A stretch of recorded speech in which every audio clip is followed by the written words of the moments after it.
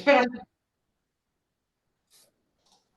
Buenas tardes. Veo que hay 3 personas conectadas, con lo cual podemos hacer este encuentro como un diálogo, que es lo que me gustaría mucho. Vamos a hablar de herramientas en coordinación de parentalidad, pero como os digo, me gustaría que pudiese ser algo participativo y que en función de los aspectos de estas herramientas que os parezcan más interesantes, que nos podamos detener, porque es verdad que no tenemos mucho tiempo. Entonces, voy a intentar compartir pantalla para una breve presentación que he preparado y así podemos fijar y ordenar un poco las ideas.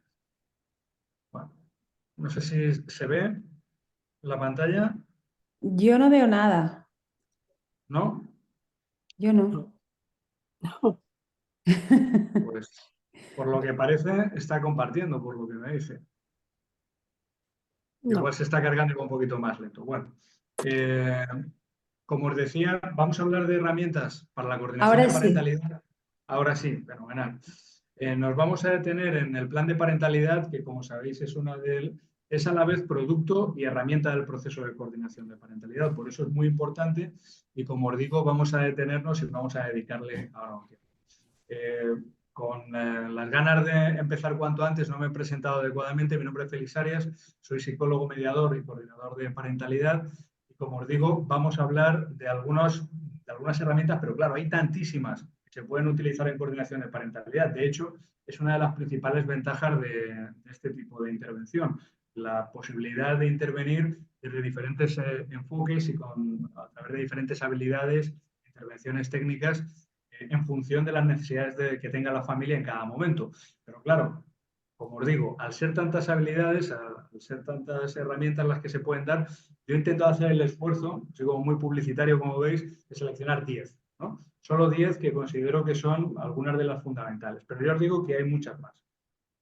En primer lugar, sí me quería detener en un aspecto que es verdad que veis aquí que pone valoración inicial y por lo tanto no parece que esté tan relacionado con una técnica, pero en realidad sí que lo está, porque dependiendo de la valoración inicial que hagamos en cada caso, vamos a orientar nuestro plan de intervención de una manera o de otra. La valoración, como os podéis imaginar, conlleva muchos aspectos y muchos factores, pues, que proceden sobre todo de la información previa que tenemos de la familia, especialmente de las primeras entrevistas donde vamos a obtener información muy relevante para empezar a diseñar ese plan de intervención. Pero de una manera muy simple y muy sintética, yo quería plantearos 2 tipos de situaciones diferentes cuando nos enfrentamos a un caso donde hay una alta conflictividad post ruptura de pareja con hijos o hijas menores en las que tenemos que promover cambios y acuerdos. Y la primera es plantearnos si hay un conflicto específico entre el padre y la madre, ¿qué es lo que provoca las dificultades? Os pongo un ejemplo. Que el padre y la madre no estén de acuerdo a la hora de tomar una determinada decisión. Eso hace que su relación se pueda deteriorar. Si no alcanzan un acuerdo y cada uno se afianza en sus posiciones, finalmente van a, como digo, su relación desde luego no va a ser óptima y esto provoca dificultades entre ellos que hace que, por ejemplo, esa decisión pues termine derivándose a un juzgado para que el juez sea quien resuelva ese conflicto. Esto es una posibilidad y es una de las posibilidades, la posibilidad más simple, digamos, aparentemente en la que nos podemos encontrar. Sin embargo, esto no siempre es así, no es así en todos los casos. De hecho, a veces son las dificultades las que provocan los conflictos. Es decir, que a veces los conflictos son síntoma de una dificultad relacional entre el padre y la madre. De hecho, esto es bastante frecuente, como sabéis. Es decir, no es una cuestión de que los problemas de parentalidad tengan que ver con una decisión concreta en la que no están de acuerdo. No, no. La falta de acuerdo en esa decisión es consecuencia de una mala relación previa, por los motivos que sean. Entonces, dependiendo de esta valoración, os lo explico de una manera muy sintética, ya os digo, me gustaría profundizar, pero prefiero que hagamos un recorrido sobre las técnicas fundamentales. Pero como os digo, dependiendo de la valoración que hagamos, vamos a enfocar nuestra intervención de una manera o de otra. Por ejemplo, si nuestra hipótesis es que el conflicto es el que ha provocado las dificultades de relación entre padre y madre, pues lógicamente intentaremos abordar el conflicto. Intentaremos de manera prioritaria que ese conflicto se resuelva. Ya veremos las maneras de intentar que el padre y la madre lleguen a acuerdos o que busquen una solución común. Pero claro, ¿qué es lo que sucede si la raíz de los problemas no está en conflicto.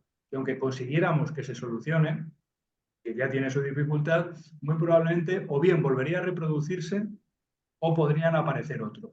Es decir, la mala relación parental no se resuelve a través de favorecer una solución adecuada a este conflicto. En ese caso, antes de entrar en el motivo por el que no se ponen de acuerdo y que probablemente les llevó al juzgado, lo que tenemos que hacer es incidir en las dificultades que provoca que estas personas no se pongan de acuerdo. No solo en eso, sino, como os digo, probablemente en nada. ¿Vale? No sé si ha quedado clara esta distinción, si os la he podido trasladar bien. Entonces, dentro de técnicas que tienen más que ver con la intervención ya directa con la familia y no son necesariamente, no tienen por qué estar ordenadas como os las he puesto yo aquí, pero bueno, de manera que las podamos exponer todas, la primera de la que me gustaría hablaros son las técnicas narrativas para resolver conflictos. Esto os he puesto uno de los autores, que es un coordinador de parentalidad bastante pionero en la introducción, o pionero en la introducción de este tipo de intervención en Canadá, que son las técnicas narrativas, que también se utilizan evidentemente en otro tipo de intervenciones sistémicas, familiares, psicológicas, pero que aplicadas a la resolución de conflicto provocan también que tengamos nosotros un enfoque y sobre todo que ayudemos a las familias a tener un enfoque diferente de las diferencias que tienen y las dificultades que mantienen. Entonces, nos referimos con técnicas narrativas a que, dependiendo del afrontamiento que se haga contencioso cooperativo, está influyendo ahí el significado, el sentido y un valor que las personas atribuyen a hechos, actitudes o situaciones. Es decir, ¿no? La historia familiar, la historia del conflicto y las circunstancias actuales o las necesidades están muy condicionadas por cómo la gente las piensa y las comunica, ¿no? Entonces, aquí la labor del coordinador o coordinadora de parentalidad sería primero identificar cuáles son esa narrativa contenciosa sobre la historia familiar y la historia del conflicto y poder ayudar a las partes, al padre y la madre, a redefinirlo. Es decir, a que hagan un enfoque distinto de esa narrativa y eso les ayudará, como os he puesto aquí, a modificar también la forma de entender y afrontar los conflictos. Como sabéis, una de las consecuencias más visibles del conflicto de alta intensidad es que condiciona muchísimo, casi contamina nuestra forma de comunicarnos con el otro y también de entender lo que nos dice. Es decir, hacemos una interpretación negativa del vínculo que tenemos con esa persona y no solo eso, sino que también retroactivamente lo llevamos al pasado.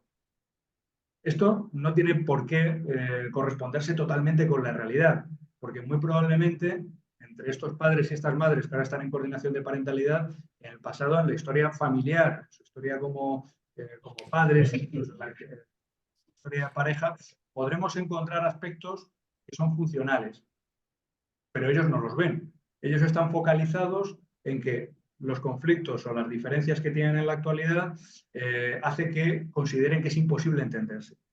Y esto se refleja muy claramente en las primeras entrevistas en cómo ellos nos relatan las necesidades que tienen ahora, pero como os digo, muy claramente en el pasado.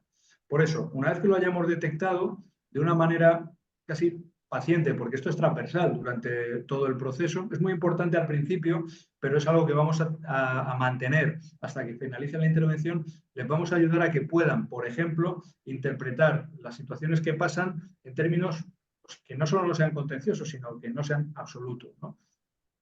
Como habréis oído muchas veces, él siempre, ella siempre, ¿no? Y a lo mejor se están refiriendo a una cuestión que es circunstancial, que es solo de ese momento, ¿no? O nunca, o poner por delante una situación en la que no han estado de acuerdo, pero que no es ni mucho menos lo que a lo mejor ha caracterizado toda su relación pasada. Por eso las técnicas narrativas nos ayudan a ir cambiando también esta forma de pensar de contenciosa a cooperativa. Una de las primeras cosas que tenemos que intentar a través de estas técnicas es que las personas vean que hay una posibilidad de entendimiento. Porque cuando acuden a coordinación de parentalidad, el conflicto es tan elevado y es tan intenso que piensan que no hay ninguna manera de que se puedan entender con la otra persona. Incluso realizan atribuciones muy negativas sobre las intenciones de la otra persona y por lo tanto así es imposible que colaboren. Por eso, algo que tenemos que intentar es que ellos vean esta posibilidad de que el otro no solo tiene malas intenciones, sino que podrían entenderse y que hay cuestiones que tienen en común a las que vamos a apelar durante todo el proceso. Pero nadie colabora teniendo un conflicto muy intenso, nadie colabora de una manera espontánea si nosotros no le ayudamos a tener otro enfoque y otro punto de vista. Otra técnica que es efectiva en algunas fases, sobre todo en la inicial del proceso, tiene que ver con la psicoeducación o la orientación a los padres y las madres que tienen esta situación de conflicto de alta intensidad. ¿Por qué? Porque en muchas ocasiones las personas que acuden a coordinación de parentalidad han estado enfrentadas tanto tiempo, han estado sin hablarse o han estado relacionándose de una manera muy pobre, por ejemplo, a través de procedimientos contenciosos en un juzgado o a través de terceros o como sea, que han ido desarrollando también pues muchas ideas negativas que no tienen por qué corresponderse con la realidad. Y no solo sobre la otra parte, sino que, como sabéis, hay muchas personas que tienen una serie de ideas o una serie de conceptos preestablecidos sobre la ruptura de pareja, el divorcio, sobre situaciones que son adecuadas para la parentalidad, que muchas veces no se corresponden totalmente con la realidad. De hecho, hay muchos padres y madres que consideran que, bueno, que esa situación tiene que ser así o que lo que provoca un daño en sus hijos es simplemente que ellos estén separados. No la manera en la que ellos lo están gestionando, que es lo fundamental, ¿no? Porque no, si están en coordinación de parentalidad es porque probablemente no lo estén gestionando bien. Entonces, aportar información que sea técnica, que sea científica, que sea objetiva, que se base en la realidad, que sea adecuada, que se oriente al futuro también y donde la prioridad sean sus hijos, va a ser una de las claves en un primer momento para que ellos puedan enfocar también las cosas de otra manera. Pensad, y esto si habéis trabajado, si trabajáis con personas que están en una situación de conflicto, entiendo que lo habéis visto con mucha frecuencia, que cuando alguien está muy enfadado, cualquier tipo de relación, normalmente siempre está apelando al pasado. Es decir, siempre está poniendo de manifiesto o recordando o llevándole al profesional situaciones que o bien no se resolvieron o bien consideran que el otro hizo fatal. Entonces, eso es un bucle del que la familia tampoco va a salir espontáneamente, porque como muy bien sabéis vosotras, esas situaciones en muchas ocasiones no tienen solución. Han pasado y ya está. Es decir, si yo considero que el otro actuó mal en un momento concreto, hizo algo que yo considero que no está bien hecho, en el momento actual eso no puede cambiar. Ya no va a cambiar, eso ya ha pasado. Entonces, uno de los efectos más adversos del conflicto de alta intensidad es que, como os digo, lleva a la gente a mirar atrás en vez de mirar adelante. Nosotros, que ellos sean capaces de ver, no digo en un primer momento el futuro, porque lógicamente les va a costar mucho, pero sí que tenemos que enfocarles a eso. Muy bien, y una vez que ha pasado esto, por ejemplo, a partir de ahora, ¿qué podríais hacer? Si se diera una situación parecida a esta, que se puede dar o que se va a dar, ¿cómo lo haríais de una manera diferente? Por ejemplo, vamos a pensar también en qué van a necesitar vuestros hijos mañana, pasado y al día siguiente. No tanto en lo que necesitaron hace tiempo y no tuvieron porque no os pudisteis poner de acuerdo o porque consideras que la otra persona pues no actuó como debía, ¿no? Entonces, esto es importante también cuando nosotros damos orientación y damos información, y es que están a tiempo todavía de poder hacer las cosas muy bien y están a tiempo de poder trabajar unidos para favorecer las necesidades de sus hijos e hijas. Y eso es, esta información también, en muchas ocasiones, incluso hay personas que dicen, bueno, es que la información que me das es demasiado idílica, demasiado positiva. No, no, es una información realista. Lo que pasa es que cuando las personas están muy enfadadas, pues consideran, como decía antes, que no hay ninguna solución, ¿no? Que no pueden ver otras opciones. Y verdaderamente las hay. Ya sabéis, como insisto en este punto, hay muchos falsos mitos relacionados con la ruptura de pareja, muchísimos falsos mitos relacionados con el conflicto también, y parte de nuestra labor va a ser que ellos puedan verlo de otra manera. Un ejemplo muy, muy sencillo. Casi desde un punto de vista cultural, muchísimas personas entienden que cuando hay un conflicto con otra persona, pues la única relación posible que se puede tener con ella es la de rival, ¿no? Y por lo tanto yo con el rival pues no colaboro, me opongo, me enfrento, lucho. Volvemos a las técnicas narrativas de antes, ¿no? Hay muchas personas que me dicen, yo lucharé siempre contra la otra persona.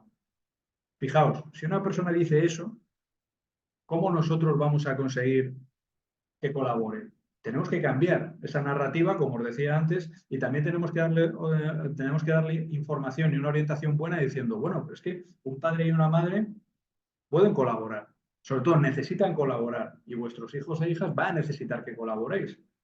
Y vamos a aportar información sobre en qué se podrían beneficiar esos hijos e hijas de la colaboración, del entendimiento y del trabajo conjunto de su padre y madre. Porque van a ser muchas cosas, ¿no? Cuando uno está en un conflicto, no piensa o le cuesta mucho pensar en terceros. Solo piensa, o a veces ni siquiera pensamos, ¿no? Sino que nos dejamos llevar desde un plano más emocional. A través de la psicoeducación y la orientación, nosotros ayudamos a que ese plano emocional no sea todo lo que está teniendo en cuenta esa persona, sino que también tenga en cuenta que esos esfuerzos van a repercutir en positivo en sus hijos e hijas y que ellos lo necesiten. No sé hasta aquí si queréis comentar algo. Tengo la sensación de estar yendo un poco rápido, entonces me gustaría también oíros, ya que somos pocos, ¿verdad? Nuria, Antonia, Marcela. Para mí está bien, la velocidad está bien. No sé Bien. para el resto. Bueno, pues vamos avanzando y si no, me decís. No hay Eh, problema. Fenomenal. Una de las cuestiones que más se ve alterada por el conflicto es la comunicación entre dos personas. Como os decía antes, esa comunicación en ocasiones, casi os diría, si el conflicto es de alta intensidad, ni siquiera la comunicación desaparece, sino que se convierte en una especie de enfrentamiento, discusión y pelea constante. Es decir, no es una comunicación que vaya a ser funcional, no es una comunicación que sea satisfactoria para nadie y al revés, las personas a veces, en vez de comunicarse, lo que están haciendo es simplemente discutir. Sin embargo, vosotras sabéis que los padres y las madres, si se van a coordinar, tienen que comunicarse bien. Esto es un verdadero dilema para ellos, porque además ni se comunican bien ni creen que pueden hacerlo. Así que en un primer momento en coordinación de parentalidad, dependiendo de las necesidades que tengan, pero muy frecuentemente les ayudamos a diseñar al detalle un sistema de comunicación que evite que tengan que estar discutiendo constantemente y que les ayude a poder entenderse en cuestiones que son muy, muy básicas y del día a día, ¿no? Entonces, ¿cómo podemos hacer esto? ¿Cuáles son los componentes claves? En primer lugar, van a necesitar dos tipos de sistema. Uno entre ellos, y otro probablemente entre ellos y sus hijos e hijas cuando no están en su compañía. Es decir, cuando los hijos e hijas están con la otra persona, si el nivel de conflicto es muy alto, normalmente el padre o la madre tienen dificultad para poder comunicarse con sus hijos. Primero, para poder tener acceso a ellos, para tener acceso frecuente y luego para que esa comunicación sea de calidad. Seguro que esto lo habéis visto muchas veces, ¿no? Entonces, vamos a intentar diseñar con ellos estos dos tipos de sistemas. Entre padre y la madre, ¿qué componentes básicos tenemos que tener en cuenta, ¿no? Para que se puedan comunicar bien? Bueno, en primer lugar tenemos que ayudarles o tenemos que identificar cómo se están comunicando ahora, porque eso es justo lo que no funciona. Así que vamos a ofrecerles un sistema que sea alternativo. Tenemos que diferenciar entre la situación en la que se comunican y el medio por el que se comunican. Y vamos a ayudarles a ellos, vamos a definir. Por ejemplo, ¿en qué situaciones consideráis que os tenéis que comunicar? ¿Vale? ¿En qué casos es necesario que os pongáis en contacto el uno con el otro y que os transmitáis información o que habléis o lo que sea? Y luego, muy importante, vamos a ver por qué medio os vais a comunicar dependiendo también de la situación. Porque tenemos muchos medios para comunicarnos. A vosotros, en una situación de ruptura de pareja, a vosotras, ¿qué medios se os ocurren que pueden utilizar un padre y una madre para comunicarse? Vamos a hacer así como un ejercicio de anticipar problemas. ¿Qué medios queréis que utilicen? Los mensajes. Un medio digital, un correo electrónico. Bien. Por lo que Nuria decía, los mensajes, entiendo mensajería instantánea, ¿no? Tipo WhatsApp, Sí, Telegram, sí, tipo mensaje de móvil, sí. mensaje de móvil. Y creo que Marcela planteaba otro tipo de comunicación que es correo electrónico. Bien. ¿Se os ocurren más formas más medios para comunicarse?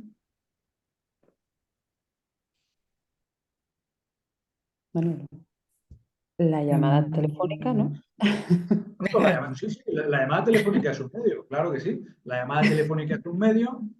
¿Y se os ocurre alguna otra?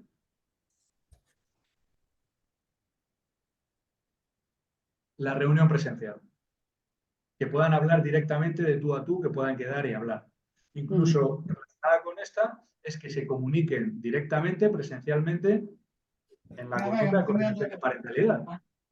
Es decir, fijaos, tenemos diferentes medios, entonces les tenemos que ayudar a identificarlo porque ¿sabéis cuál es uno de los más comprometidos, uno de los que más fallan habitualmente y los que en vez de contribuir a que las personas se entiendan, contribuye a que discutan más? De estos medios que habéis dicho, ¿cuál creéis que es el que habitualmente funciona peor? El WhatsApp. El WhatsApp. Bien. Sí, Mm. sí. ¿Por qué creéis que el WhatsApp? Porque los mensajes son como muy cortos, muy estereotipados, ¿no? Exacto. Son E mensajes. inmediato. Muy bien, muy bien. Habéis descrito, digamos, dos de los principales peligros del WhatsApp, que son mensajes que, lógicamente, conllevan muy poca información, no conllevan contexto y que, por lo tanto, son, a veces no expresan con precisión lo que la persona quiere decir y se da también muy fácilmente a una interpretación negativa de la otra persona. Y a veces son muy bruscos, como son muy cortos, contribuyen a que se plantean las cosas de una manera muy brusca y muy inculpatoria, ¿no?, hacia el otro. Y también Nuria decía que tiene una desventaja y es que son demasiado inmediatos. Es decir, a veces es un medio que se activa por cuestiones más de tipo emocional. Entonces, cuando no estás enfadado con otra persona, de base, hay un momento donde estás más enfadado todavía y tienes a mano un móvil con WhatsApp donde tampoco te puedes explayar mucho, pues prácticamente estamos hablando de la gasolina y el fuego, ¿no? Es muy difícil que el padre y la madre se vayan a entender en esa situación. Entonces, en un primer momento, si el conflicto entre ellos es muy elevado, no parece buena idea que utilicen el WhatsApp.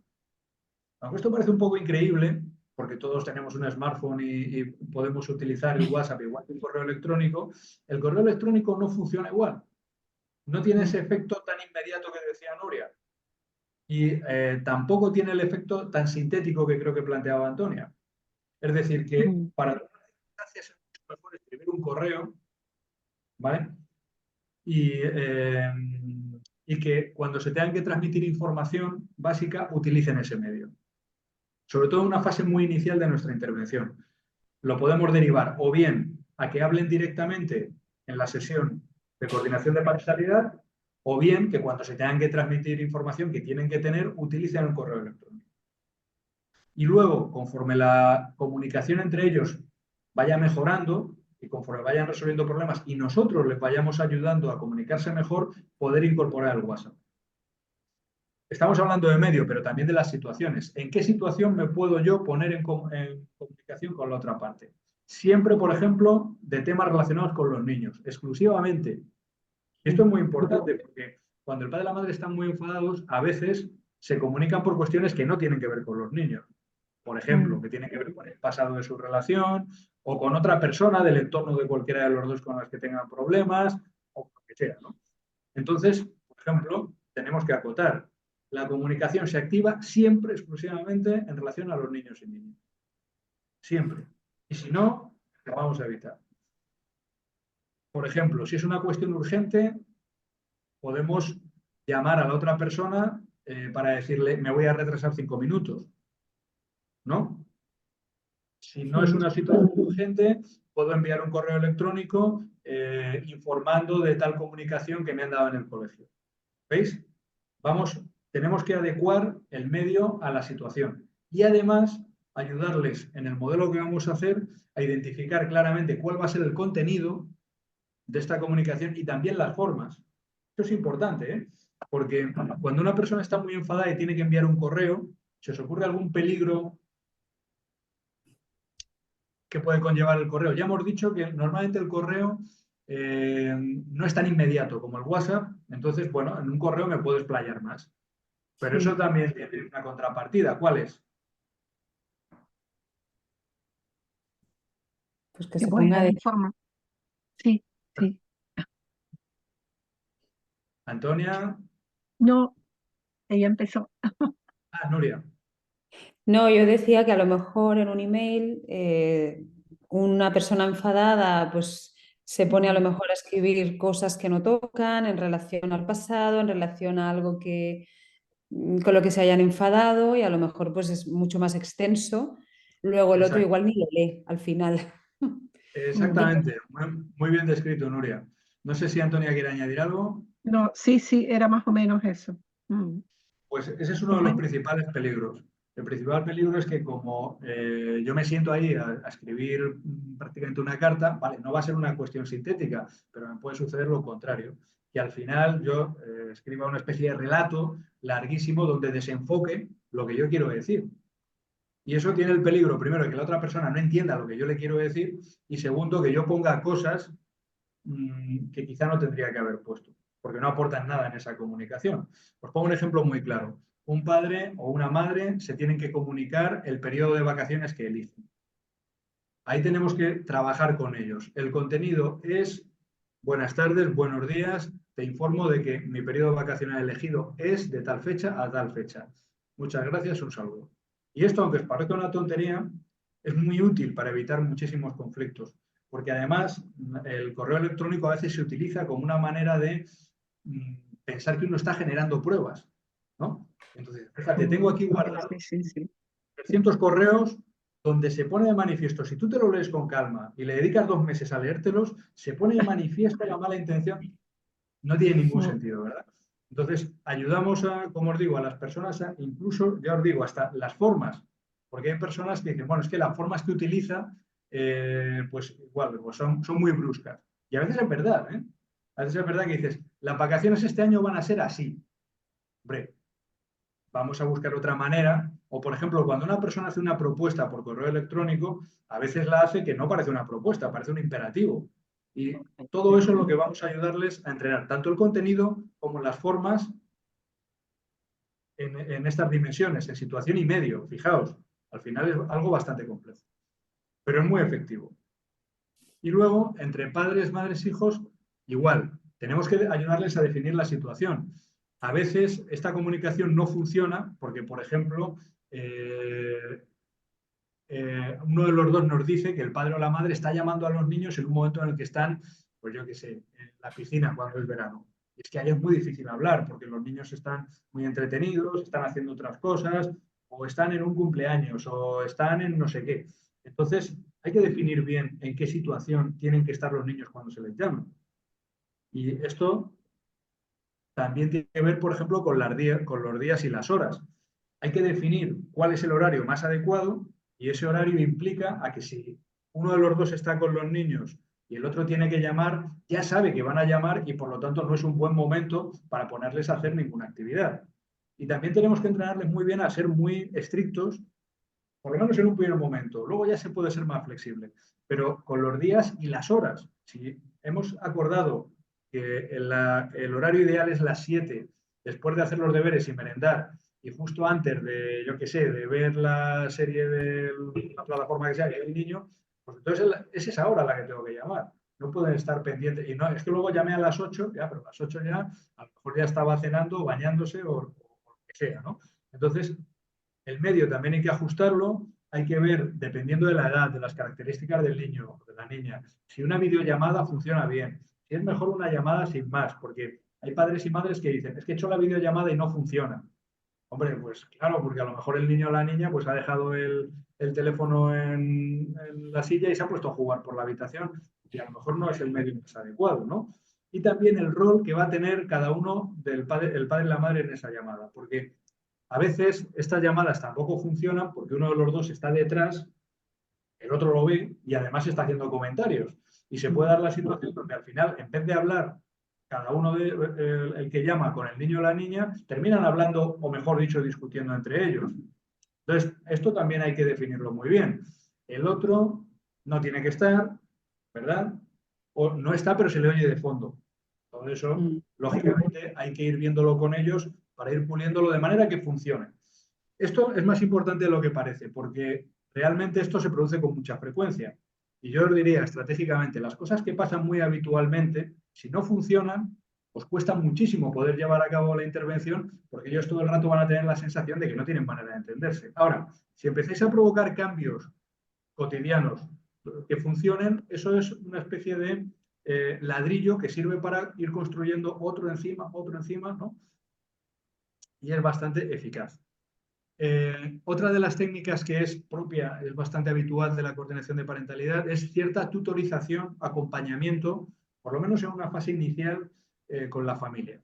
Es decir, aquí estamos hablando prácticamente de una inmersión en el día a día, en el funcionamiento de este padre y de esta madre. Es importante que el coordinador de parentalidad o la coordinadora en un primer momento estén muy presente en el día a día, porque cuando la situación de conflicto es muy intensa, va a haber 1000 oportunidades para que ellos no se entiendan. Entonces, esta tutorización a ellos les funciona. Incluso, a veces en un primer momento les podemos decir, es mucho mejor que si tenéis que trasladaros cualquier información, si el conflicto es muy alto, si tenéis que trasladaros cualquier información o hay cualquier problema, me llamáis a mí.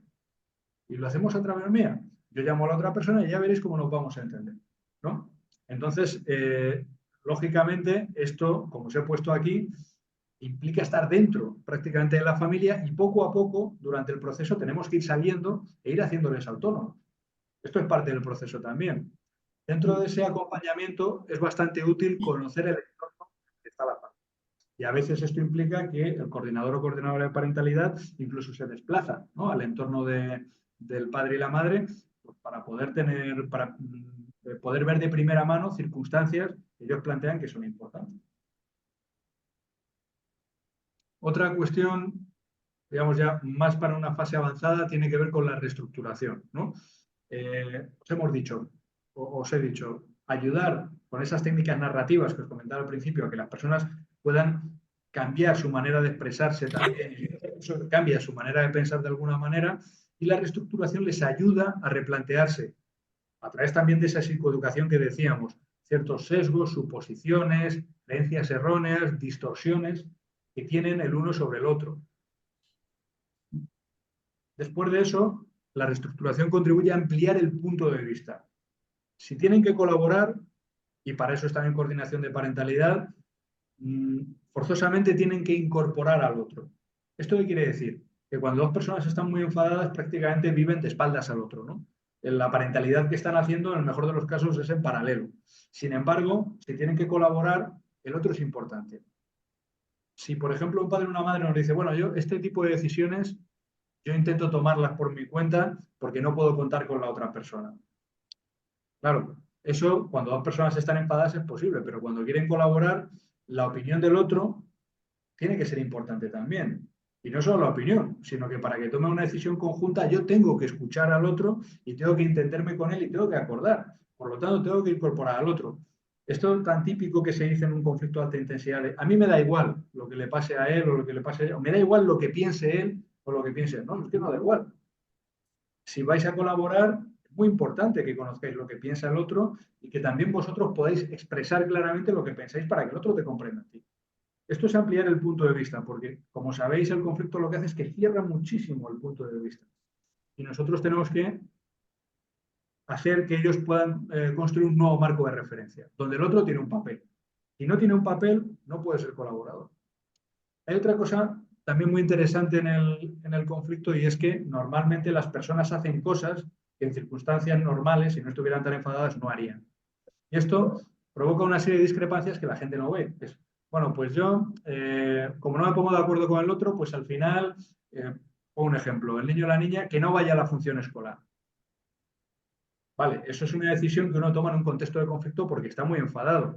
Pero si nosotros le preguntamos a esa persona, y de hecho la exposición, generar estas discrepancias y exponerles a ellos, funciona muy bien a través de preguntas, no a través de afirmaciones. Es decir, bueno, para ti lo más importante es tu hijo, ¿no? ¿O qué es lo más importante? Bien. ¿Tú crees que para él o para ella es importante que vaya a esa función? Sí. ¿Tú crees que para él o para ella que vosotros estéis enfadados es una cuestión tan importante como su función? Pues no, le debería dar igual.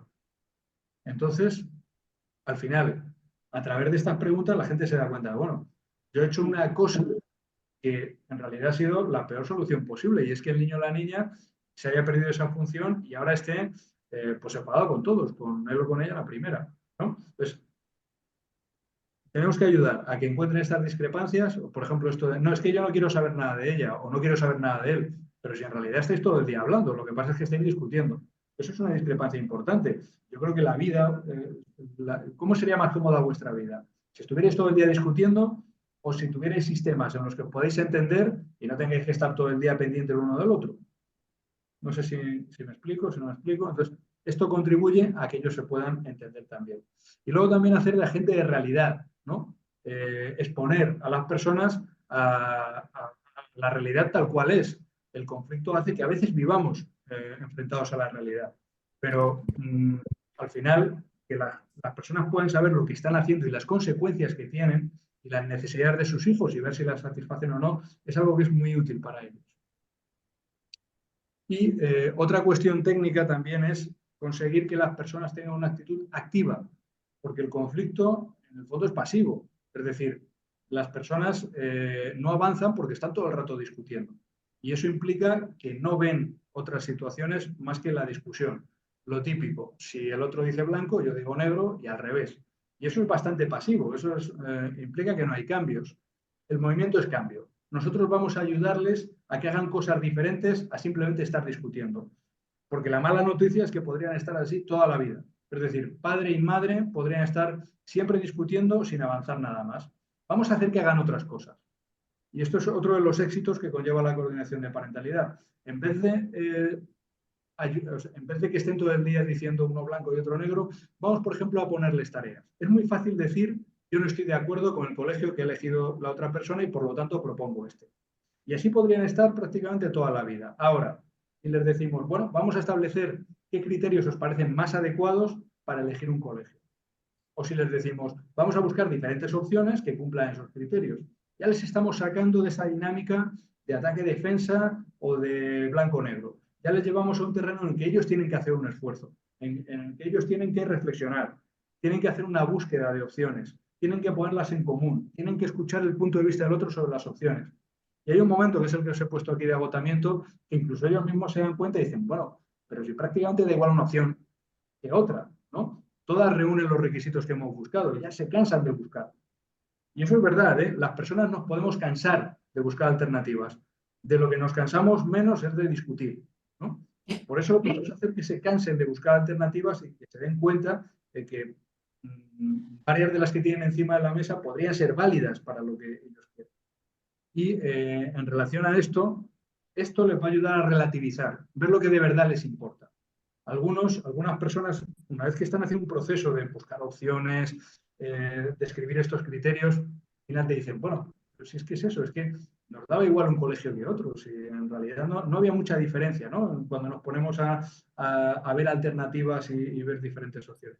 Esto es importante, aquí ven lo que de verdad les importa. ¿Qué es de verdad lo que queremos cuando estamos eligiendo un colegio para unos niños o unas niñas? Lo que queremos es que el colegio sea bueno, que responda a las necesidades educativas que tienen, que esté cerca de casa, que sea un entorno adecuado, que tenga pues, instalaciones que nos parezcan. Eso es lo que importa.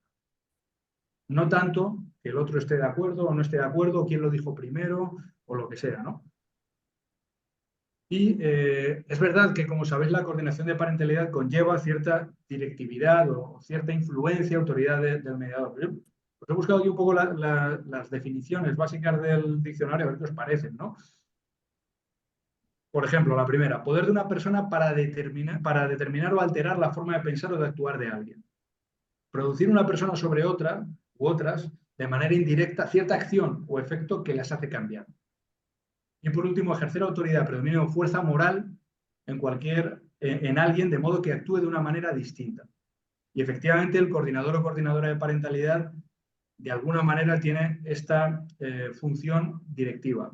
No se trata de decirle a otra persona lo que tiene que hacer, sino poder influir de manera que la otra persona valore lo que el coordinador de parentalidad o coordinadora en un momento dado les está proponiendo. Y, por ejemplo, una característica muy clara de esta capacidad directiva del coordinador o coordinadora de parentalidad es que muchas veces proponemos tareas a las partes. ¿no? Por ejemplo, esto que os comentaba antes de la búsqueda de determinadas opciones a la hora de elegir un tratamiento médico y de documentarse y de informarse y de traer esa información a las sesiones y compartirlas con la otra parte y con el coordinador o coordinadora de parentalidad. Es decir, eso es directivo. Nosotros les ponemos tareas de un día para otro y les pedimos cosas, pero no lo pedimos tal cual con una autoridad, vamos a decir, despótica, ni mucho menos, al revés. Se trata de hacerlo desde un punto de vista profesional, que la otra parte respete y que valore también y que esté dispuesta a seguir. Es decir, claro que nosotros en ocasiones les podemos proponer hacer ciertas cosas y les podemos dar una recomendación lógica sobre ciertos temas y ahora lo veremos. Pero para eso también las personas que acuden a coordinación de parentalidad tienen que confiar lo suficiente en nosotros. Y en relación a esto, en muchos casos de coordinación de parentalidad trabajamos para que las personas puedan buscar soluciones a un tema concreto. De hecho, en la propia derivación de los jueces aparecen qué asuntos muchas veces se tienen que poner de acuerdo o tienen que resolver, ¿no? Y por lo tanto, parte de nuestra tarea va a ser ayudarles a buscar soluciones. Ahora, como os decía antes de empezar a buscar soluciones, hay que hacer un trabajo previo con la familia. Antes de nada, ellos tienen que hacer una reflexión y la reestructuración que os decía antes. Porque si no, las soluciones que se le van a ocurrir son las posturas que ya tenían antes. Entonces, primero hay que trabajar con ellos. Y lo bueno del proceso de coordinación de parentalidad es que vamos a tener tiempo para hacerlo. Podemos intervenir a medio y largo plazo. Por lo tanto, merece la pena invertir antes de que empiecen a buscar soluciones, sobre todo si la cuestión no es de relativa urgencia, vamos a ayudarles a reflexionar, ¿no? Otra cuestión es que es importante también, para poder ampliar el foco que os decía antes, que ellos busquen ideas que sean diferentes a las que ya traían, aunque de entrada a lo mejor no son las mejores en un primer momento. Pero si empezamos a analizar opciones, implica que los dos estarían dispuestos a valorar otras alternativas. Y esto es bueno, ¿no? Y a veces les ayudamos, les decimos, bueno, vamos a buscar alternativas que sean diferentes a las que se han tratado hasta ahora y las vamos a explorar. ¿Cómo las exploramos? Analizando las consecuencias que podrían tener para los hijos e hijas, que es de lo que se trata, ¿no? Y también ver si luego son funcionales, si las puedo llevar a cabo. Muchas veces hay personas que proponen determinadas soluciones que cuando ven que las tienen que aplicar se dan cuenta de que no pueden hacerlas. Entonces, vamos a ayudarles a explorar eso a un medio y largo plazo. Para mí una cuestión importante sobre las soluciones es que tienen que ser prácticas y eficaces. Es decir, ¿esto sirve para resolver el problema? ¿Sirve para resolverlo a largo plazo? Otra cuestión. ¿Tiene vocación de futuro? ¿Es sostenible? ¿Lo vais a poder seguir haciendo después? Un planteamiento que parece absurdo, pero podemos acordar llevar al niño, a la niña, a tal terapeuta, estupendo, estupenda, pero si luego no vamos a poder pagarles o pagarle va a ser un motivo de conflicto entre ellos, o bien eso está resuelto de antemano, o bien a muy corto plazo van a volver a tener problemas. Y nosotros queremos prevenir eso, ¿no? Las soluciones también tienen que prevenir posibles problemas futuros. Y no se trata solo de que busquen soluciones, sino también de comprometerles a ellos. Es decir, hay una labor que tenemos que hacer de motivación con ellos, de compromiso, para que comprendan que en la medida en que cumplan con los acuerdos que vayan alcanzando, que ahora lo veremos, parte de los problemas que les trajeron van a quedar resueltos. Y también van a desarrollar una dinámica. Es decir, que los dos tienen que ser fiables el uno para el otro, porque si queremos coordinar a dos personas, las dos personas tienen que confiar. Y para confiar hay que cumplir. En fin, esto es un proceso también, os lo estoy explicando de una manera muy breve, disculpadme, pero hay que plantearlo a medio plazo. Y sobre esa búsqueda de soluciones o toma de decisiones, quería compartir con vosotras brevemente un circuito, ¿no? Porque ya sabéis que el coordinador o coordinadora de parentalidad puede tener atribuidas ciertas funciones para un momento dado hacer una recomendación. Y evidentemente esto no es el primer paso de este proceso de toma de soluciones. Para mí es importante que esto quede muy claro, ¿no? El coordinador de parentalidad, cuando se plantea con una situación en la que padre y madre tienen que llegar a una solución, antes, como os decía, antes de nada les tenemos que ayudar, no entrar directamente en el asunto, a no ser que haya muchísima urgencia, sino que tenemos que intervenir. Antes de cualquier otra cosa hay que intervenir con ellos según las necesidades que tengan. Si tenemos que trabajar la gestión emocional, tenemos que trabajar esos sistemas de comunicación que decíamos, o cualquier otra, tenemos que reestructurar, o cualquier otra de las necesidades que detectemos. Pero primero hay que intervenir. Si no, van a tener problemas para entenderse, porque si no, no estarían en nuestra consulta, no estarían en coordinación de parentalidad. Muy importante también, como decíamos antes en la reestructuración, antes de ponerse a buscar soluciones, la gente tiene que pensar y tiene que buscar soluciones, diferentes alternativas. Tenemos que ampliar el marco en el que estamos. Una vez que estén en este punto, ahí ya, a través de un proceso que sería muy similar a otros procesos de resolución de conflictos, como por ejemplo la mediación, aquí puede haber componentes en común, entiendo que lo más eficaz es ayudar a las partes a que lleguen a un acuerdo, asistidos por el coordinador o coordinadora de parentalidad. Bueno, una vez que ya han pensado, que han buscado alternativas, que han reflexionado, que hemos ampliado su marco, que tienen información adecuada, vamos a ayudarles a que dialoguen, a que expongan diferentes alternativas o soluciones y que se las trasladen en una a la otra y ver si es posible que lleguen a acuerdos. Y si llegan a acuerdos, eso será una primera solución o será una solución a ese tema en concreto. Por lo tanto, como veis, el coordinador no ha tenido que hacer ninguna recomendación. Lo ideal es que el padre y la madre lleguen a acuerdos por sí mismos, porque cuando termine el proceso van a tener que seguir practicando este sistema. Y si son capaces de hacerlo, significa que serían capaces de hacerlo después. Entonces, si el problema se resuelve o la discrepancia que tenían ellos, la decisión que tenían que tomar, se ha resuelto a través del acuerdo, fenomenal. Les ayudaremos a empezar a aplicarlo y supervisaremos que ese acuerdo finalmente se cumple y si hay que hacer pues cualquier modificación posterior, pues les ayudamos a hacerlo. Y si hay otros temas, pues volvemos a empezar esto otra vez. Y además informamos al juzgado comunicándoles ese acuerdo al tema en concreto que tenían que resolver. Por ejemplo, pues una toma de decisión sanitaria, educativa, tipo que sea, ¿no? ¿Qué es lo que sucede si no llegan a acuerdos por sí mismos? Bueno, vamos a buscar o vamos a ayudarles a buscar una situación de consenso. Vale, quizá no hayan llegado a un acuerdo, pero sí pueden buscar la solución que en esas circunstancias, en ese momento, es la mejor que pueden alcanzar, aunque no sea la ideal para ellos. Esto generalmente no es tan satisfactorio como un acuerdo, pero sí es una manera de desbloquear la situación. Es una solución de compromiso o una solución de consenso. En este caso, el procedimiento será el mismo. Que empiecen a aplicarlo e informamos también al juzgado. Pero ¿qué sucede si no alcanzan esta solución de compromiso, si no hay de consenso? En ese caso ya el coordinador o coordinadora de parentalidad puede hacer una propuesta. Pero fijaos el recorrido que llevamos ya, de intervención, de trabajo y también temporal. Y esa propuesta que se traslada a las partes, ellos pueden aceptarla.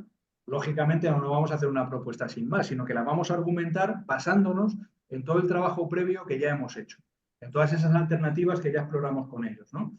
Y ahí el padre y la madre pueden aceptar la propuesta. Si esa propuesta es aceptada, perfecto. Lo que van a hacer será, nosotros la trasladamos al juzgado y ellos empiezan a cumplirla. Pero ¿qué pasa si no aceptan esa propuesta?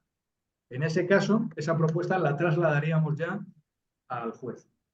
Y sería él o ella quien finalmente decida, porque no le vamos a trasladar tampoco la propuesta sin más, sino que en el informe la vamos a fundamentar lo suficiente como para que el juez tenga elementos para poder tomar una decisión sobre eso. Lógicamente, esa propuesta no es ni mucho menos vinculante. El juez es el juez. Nosotros lo que hacemos es ayudarle a que pueda tomar una decisión, pero antes tenemos que pasar por todo eso porque eso es la peor solución posible. Es una solución, pero no es la mejor, ¿no? Cuanto más directa, mejor. Ahora, aunque nos queda ya poco tiempo, vamos a hablar sobre implementar el plan de parentalidad.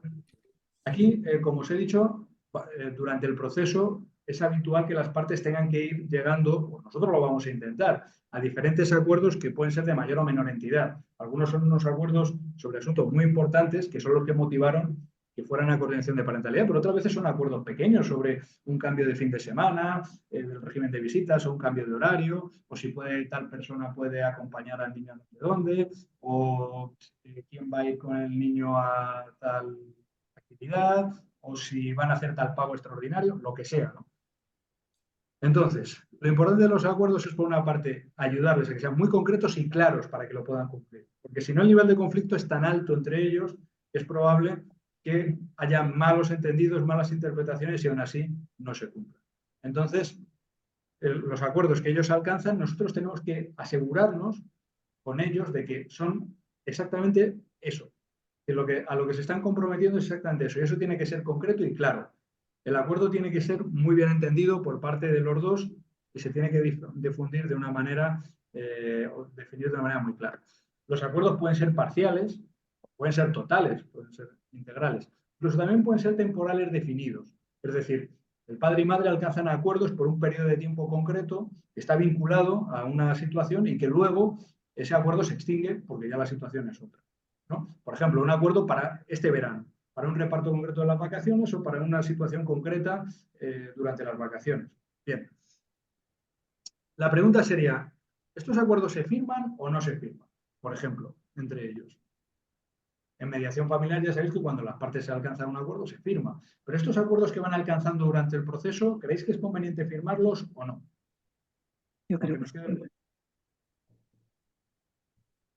Yo creo que sí también. yo creo que sí. Hay determinados acuerdos que es conveniente que se firmen. Hay otros que son pues, cuestiones que tienen más que ver con que acuerdan enviarse tal información, entonces simplemente en la acción pues ya está la confirmación de que están de acuerdo, no hace falta que lo firmen, ¿no? O hay acuerdos que son muy puntuales, que son pues unas, yo qué sé, que el padre estará el día del padre con el niño, aunque no le toque, quizá no haga falta firmarlos, pero hay otros, sobre todo los que son totales, son más complejos, donde es conveniente, o si el nivel de conflicto es muy alto, donde es conveniente que redactemos un documento que ellos puedan firmar para que también les sirva como guía. Y también algunos de estos acuerdos tienen que, sobre todo si la situación va a cambiar a medio o largo plazo, pueden tener modificaciones previstas. Es decir, que a veces el acuerdo hace referencia a una situación actual, pero ya prevé un cambio a corto plazo. Y el sumatorio de estos acuerdos y otras cosas dan lugar al plan de parentalidad, que es lo que ahora os voy a contar. El plan de parentalidad va más allá de acuerdos puntuales que van alcanzando las partes. No deja de ser algo así como una guía, ¿no?, de colaboración entre ese padre y esa madre en concreto. Es decir, el plan de parentalidad que hacemos en coordinación de parentalidad es específico para esa familia. No lo podemos extrapolar a otra porque hemos ido incluyendo las cuestiones que son importantes para ellos, ¿no? En ese plan de parentalidad se contiene todo lo que han acordado y consensuado durante el proceso, todos esos pequeños acuerdos o grandes acuerdos que han ido alcanzando. En ese plan van a estar al final de todo. Pero no solo eso. Ese plan va a incluir también cuestiones que a lo mejor no son tanto acuerdos, sino que son procedimientos de actuación. ¿Qué vamos a hacer en tal caso? ¿O cómo vamos a colaborar si se produce tal cosa? Es decir, aquí vamos a hacer un documento muy a medida de ellos, donde prácticamente tengan una guía sobre cómo relacionarse. E incluso un buen plan de parentalidad, por supuesto, incluye el régimen de visitas que van a tener que cumplir. Ya sé que el régimen de visitas está establecido judicialmente, pero muchas veces en coordinación de parentalidad se amplían cosas, se matizan, no se cambian sustancialmente, pero sí que se añaden, ¿no? Y eso va a quedar reflejado en el plan de parentalidad, porque también va a incluir detalles como que a lo mejor para esa familia en concreto podría ser un problema, como cuestiones que tengan que ver en el momento en el que pasan a estar los niños, las niñas de uno a otro, cómo se va a hacer, quién va a estar presente, qué va a suceder si hay un retraso, o sea, 1000 cuestiones que son específicos de esa familia, ¿vale?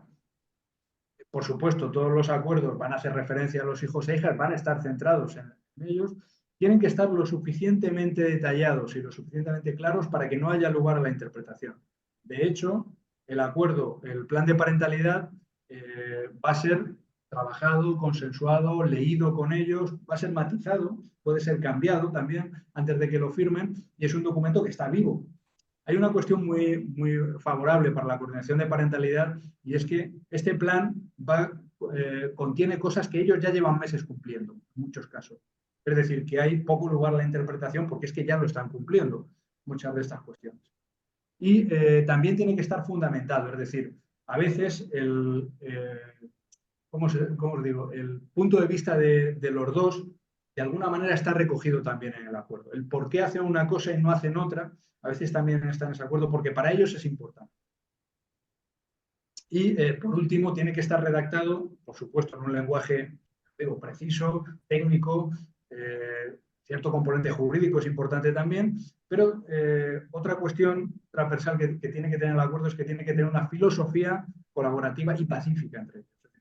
el rol, el papel que tienen como padre y como madre, tiene que estar incluido, se tiene que filtrar de alguna manera en el acuerdo. Esto no es un contrato entre dos personas que no tienen que tienen una vinculación laboral. No, no, no. Esto es mucho más importante que eso.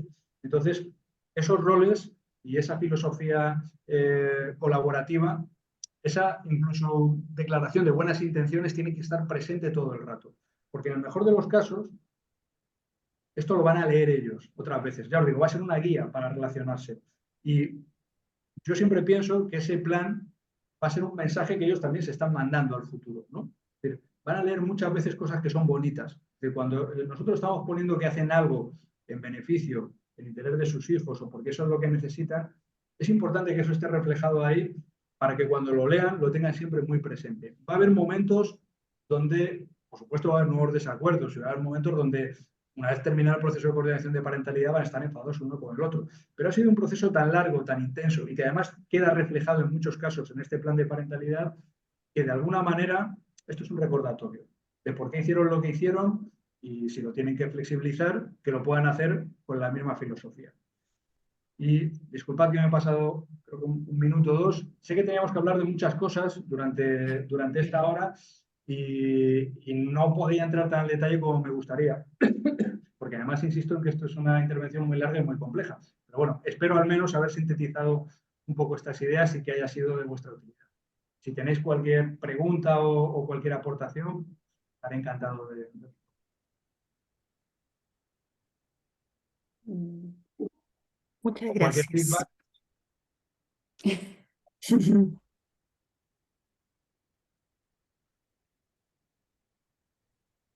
Voy a ver un momentito el chat también por si hubiera alguna pregunta ahí.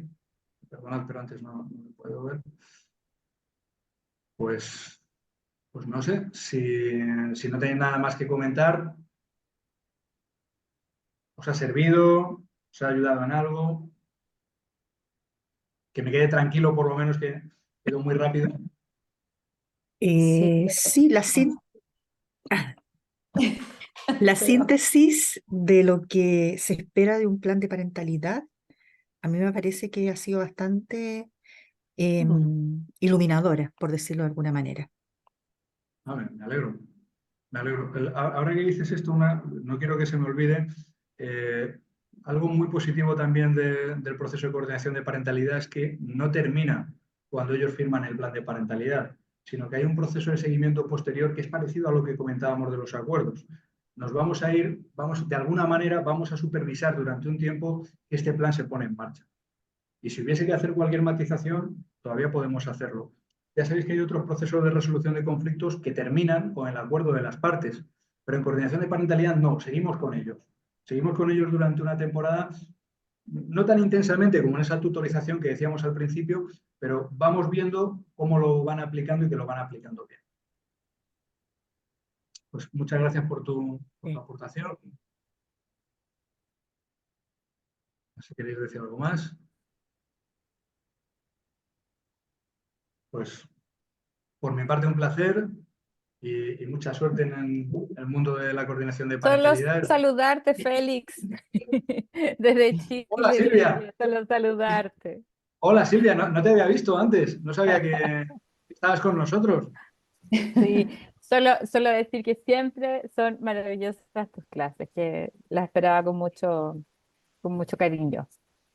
Muchísimas gracias Silvia y un placer verte y saludarte en la distancia. Espero que estés muy bien. Bueno, que estés Pues, muy bien. pues muchas gracias a todas y lo Muchas dicho, a vuestra gracias. disposición. Muchas gracias. Buen fin de semana para Chao. todos. Buen fin de- Chao.